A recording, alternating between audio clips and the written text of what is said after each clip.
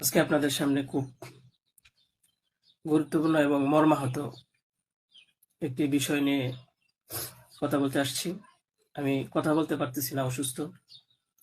তারপরেও যদি কিছু না বলি তাহলে আপনারা হয়তো আমাকে সন্দেহ করতে পারেন। তাই আমি আমার কিছু কথা আপনাদের সাথে শেয়ার করার প্রয়োজন মনে করলাম। তো বিষয়টা হচ্ছে যে আপনারা দেখতে পাচ্ছেন যে সামাজিক যোগাযোগ মাধ্যমে আমাকে নিয়ে একটা বিষয় ভাইরাল হয়েছে। বিভিন্ন পত্র-পত্রিকায় সেগুলো হয়তো প্রচার হচ্ছে।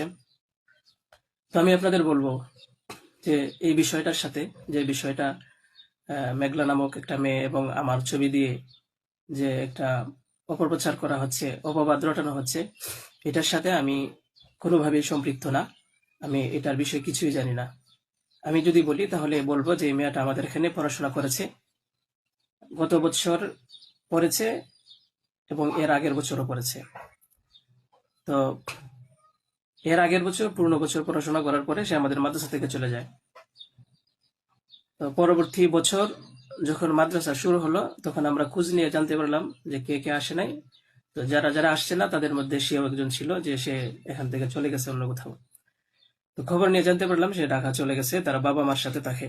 বাবা মা সৎ বাবা, এবং মা অন্য কোথাও আগে বিয়ে বসছিল। তো বর্তমান যে বাবা আছে মেঘলা, তার মেয়ে না, বরং আগের বাবার মেয়ে সে। তো সে যখন ঢাকায় চলে গেল আমরা শুনলাম, তখন আমরা কিছু বলি নাই, ঠিক আছে, ঢাকায় তো পড়াশোনা বেশি হয়, তাহলে পড়ুক। আমরা আমাদের ক্লাস শুরু করে দিলাম। কিছুদিন যাওয়ার পরে দেখলাম আবার এই মেয়েটা আমাদের মাদ্রাসায় আসছে। তো আসার পরে জিজ্ঞাসা করা হলো যে কেন, কি অবস্থা, কোথা থেকে আসছো? সে বললো যে ঢাকায় চলে গেছিলাম, এখন নানা ভাই জোর করে নিয়ে আসছে আমারে। আমি আসতে চাইছিলাম না, আমাকে জোর করে নিয়ে আসছে নানা ভাই।